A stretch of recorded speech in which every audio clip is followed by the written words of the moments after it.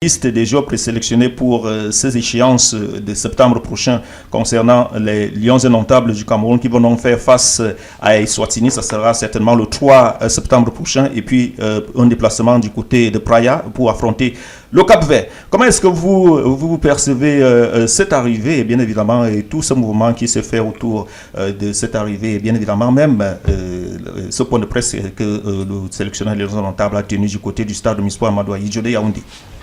Enfin, votre question arrive.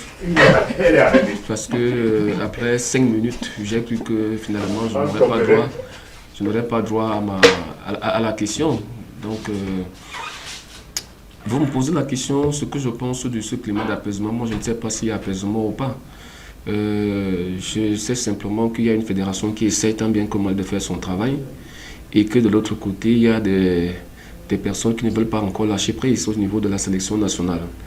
D'abord parce que lorsque cette histoire a commencé, les cadres du ministère des Sports, y compris le ministre lui-même, ont voulu faire croire aux Camerounais que la fédération était à l'origine, que c'est la fédération qui voulait le départ de Marc Brice. D'ailleurs, vous avez lu le communiqué du ministre des Sports qui parlait de la manipulation et qui donnait des leçons à la fédération. Alors que, remettant ici en doute la bonne foi de la fédération qui avait estimé, ou alors qui affirmait avec force qu'elle a reçu bel et bien une lettre de démission de la part de Marc Brice. Malheureusement, on a voulu faire croire dans le courrier du ministre que cette lettre de démission n'existe pas et que c'est une création, une imagination pure et simple de la fédération. D'ailleurs, vous avez vu les officines du ministre et les communicants du ministre arguer cette thèse sur tous les plateaux de télévision et de radio pour affirmer que la fédération a créé cette lettre qu'elle n'a jamais existé. Mais lorsque vous voyez la sortie des conseils de Marc Brice, on comprend effectivement qu'il y a une lettre de démission. Mais maintenant, dans leur tentative de justification, les conseils estiment que c'est plutôt un des agents avec lequel Marc Brice ne s'entend pas, ne se serait pas entendu, qui aurait écrit cette lettre de démission. Malheureusement, moi, le petit juriste que je suis, j'ai lu la lettre des avocats. C'est la première fois au monde que je vois un avocat vous dire que je connais le mise en cause, je connais mon bourreau, mais je ne cite pas son nom. Moi, je ne connais pas, puisque les conseils de Marc Brice qui ont écrit n'ont jamais cité de nom. Puisque l'agent qu'on connaît qui a amené Marc Brice au Cameroun, qui n'est autre que M. Aivo, a demandé que les avocats donnent le nom. Puisque lui, en tant qu'agent... C'est lui qui nous donne le nom. Là. Lui, en tant qu'agent de Marc Brice, n'a jamais... Parce que c'est le seul... Un seul radis. Si M. Edouard veut parler, que je lui donne la possibilité de parler. Non, il ne peut que t'accompagner. Donc, lorsqu'il a dit que... Parce que les avocats disent, ils sont clairs dans leur communiqué, l'avocat lui dit qu'il y a un agent FIFA. Or, le seul agent FIFA qui a amené ce monsieur au Cameroun, c'est monsieur Aivo. Aivo demande donc que si vous parlez d'agent FIFA, je suis le seul à être agent FIFA. Donc, je vous prie de bien nommer celui dont vous parlez. Donc, c'est pour dire ici que je commence d'abord par... Vous voyez que il y a eu 2 sorties épistolaires de la part de monsieur le ministre des Sports qui tentaient à chaque fois de démontrer, dans un ton parfois lapidaire, de démontrer que la fédération n'avait pas que c'est la fédération qui était à l'origine de tout ça et que la fédération crée un mouvement pour chasser leur entraîneur. D'ailleurs, ils ont mis ça dans l'imagerie populaire, donc comment la fédération peut vouloir chasser un monsieur qui fait des résultats, alors que le problème est réel. Le premier réel, c'est qu'il y a eu non-paiement des arriérés de salaire. Ce problème, il est réel. Et il y a effectivement une lettre de démission. J'avais dit en ce temps-là que... Et pour faire croire, donc pour habiller tout cela, on a organisé une messe à la gloire d'un homme à l'aéroport de Simalène, avec des gens à qui on a donné des t-shirts pour aller dire que soutenons. Comme si tout ça c'était pour faire quoi? Tout ça c'était pour démontrer que le ministère tient son entraîneur et que c'est la fédération qui veut chasser. Ouais. Dans ce contexte-là, pourquoi vous venez me parler de climat d'apaisement? Et comme si cela ne suffisait pas. Moi j'ai fait... Vous êtes journaliste, mais regardez dans ce qu'on appelle la communication par image. Lorsque ce monsieur est reçu au ministère des Sports, au cimetière, on vous dit le staff des Lions a été reçu. Mais sauf que je fais une remarque très rapidement. Je ne vois pas la présence de Tungumpile. Je ne vois pas la présence de David Pabou. Je ne vois pas la présence de Idriss Carlos Kameni. Je ne vois même pas la présence. Je ne vois pas la présence du team presse des Lions indomptables. Je ne vois pas la présence du team security. Vous comprenez que là-bas, on n'est pas dans un climat d'apaisement. Il y a une scission qui continue jusqu'à aujourd'hui. Tout à fait. Parce que quand on veut apaiser, on dit il y a un staff, si je veux recevoir l'entraîneur qui est le patron du staff, je le reçois avec l'ensemble de son staff. Mais sauf que là-bas, on continue avec l'idée que ce n'est que le staff qu'ils avaient proposé depuis qui est toujours là. Alors de quel apaisement vous me parlez? Il n'y en a pas. Autre cliché. Vous allez organiser une conférence de presse sans le team presse de Lyon, sans la base de la fédération. Vous pensez que nous sommes dans un climat d'apaisement? Je vais vous dire pourquoi moi je ne pense pas à cet apaisement. Même si du côté de la fédération, on fait tout. D'ailleurs, depuis le début de cette affaire, celui qui a lâché du lest, celui qui a montré sa volonté d'apaiser, c'est toujours la fédération camerounaise de football. Vous vous souvenez que lorsque le climat a commencé, il y a eu la première séance de travail entre l'entraîneur et le président de la fédération qui s'est terminée par des éclats de voix. Le lendemain, le comité d'urgence s'est réuni et a dit bon, on va vers l'apaisement, on fait un staff hybride. Et le lendemain, le même entraîneur a été reçu par les soins du président cette fois-là.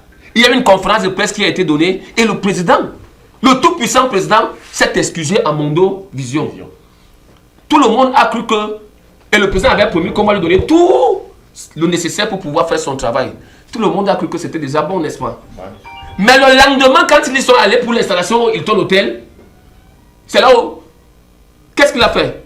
Il a demandé, il a convoqué tout le monde et il a dit, moi je ne veux pas travailler avec tel, moi je ne veux pas travailler avec tel, moi je ne veux pas travailler. Il a dit que lui ne veut pas travailler avec le coordinateur dont il ne sait même pas que c'est son patron. Il dit qu'il ne veut pas travailler avec le team manager. Il dit qu'il ne veut pas travailler avec le team presse. Pourtant, à la veille, il y a eu les bisous qui se sont faits à la fédération. Mais quand il est rentré, on l'a encore convoqué au cimetière pour aller lui donner des instructions là-bas. Conséquence des courses, il y a eu le mêlé-mêlé que vous connaissez tous au Hilton Hotel. Là, c'est le premier, c'est l'acte 1. Acte 2, il y a une réunion à la présidence de la République entre le président de la Fédération camerounaise de football, l'entraîneur ainsi que le secrétaire général de la présidence de la République. On a vu les bisous, on a vu les signatures de contrats et consorts. Tout le monde a dit, ah bon, enfin, tous les partis se sont entendus. Ouais. Mais le lendemain, qu'est-ce qu'il y a eu? Monsieur le ministre a dépêché son conseiller technique pour aller louer les hôtels, pour aller louer les bus. Conséquence des coûts, c'est qu'on s'est retrouvé avec une équipe, 2 hôtels, une équipe, on n'a même pas pu faire les séances d'entraînement. C'est ça. Parce qu'à chaque fois qu'on dit qu'il y a apaisement, la fédération, elle est toujours partie prenante, mais de l'autre côté, on continue à se comporter comme si on demeure, on continue à se comporter avec le plan initial qu'on a. C'est-à-dire que la coordination n'appartient pas à la fédération. On fait tout pour arracher la coordination. Donc pour moi, je ne crois pas en ça. Je ne crois pas en ça parce que depuis la fédération, depuis la nomination par le comité de cet entraîneur, la fédération n'a jamais dit qu'elle ne veut pas de cet entraîneur. Au contraire, la fédération essaie de tout faire pour travailler avec cet entraîneur. Le problème se trouve qu'au niveau du cimetière, on veut à tout prix et à tous les coups arracher la coordination. C'est pour ça qu'on continue à mettre en mission M. Mvin. On continue à mettre en mission M. Cyril Tolo. On continue à mettre en mission l'agent de liaison. Parce que pour eux, c'est eux qui sont la coordination. C'est pour ça que le désordre continue. Le désordre n'est pas au plan technique. Le désordre est au plan administratif. Parce que ce que vous voyez là, le monsieur là, lui, il arrive souvent 2 ou 3 jours avant le début du stage. Il ne connaît rien. Ce n'est pas lui qui loue les hôtels. Ce n'est pas lui qui loue les bus. Ce n'est pas lui qui loue les CC. Oh, c'est un travail de la Fédération camerounaise de football. Mais comme au cimetière, on veut à tout prix et à tous les coups arracher cette équipe, ça va continuer. Donc pour moi, pour qu'il y ait la paix, il faut que les 2 parties soient de bonne foi. Il faut que le décret du chef de l'État soit respecté. Il faut que chacun fasse son travail. Le ministère des Sports, qui est la tutelle, reste dans son bureau, fait sa supervision. La fédération qui est sur le terrain, qui est l'organe technique, doit faire son travail qu'elle fait depuis. Si on ne le fait pas, si on continue encore à envoyer les gens en mission, pour les missions avancées, je sais que les fonctionnaires, quand ils ne partent pas en mission avancée, n'ont rien. Il n'y a rien. Parce que le salaire en lui-même ne représente pas grand-chose. On ne peut pas construire la villa. On connaît pourquoi on veut tant arracher cette coordination. Parce que, dites-vous, à l'époque, depuis 1972 jusqu'en 2013, il y avait la plus grande direction du ministère des Sports, était la direction, la direction administrative et sportive des équipes nationales. Quand on nommait là-bas, d'ailleurs, je poursuis pour saluer M. Nguidjol, qui a fait 2 passages dans cette direction, c'était la plus grande direction.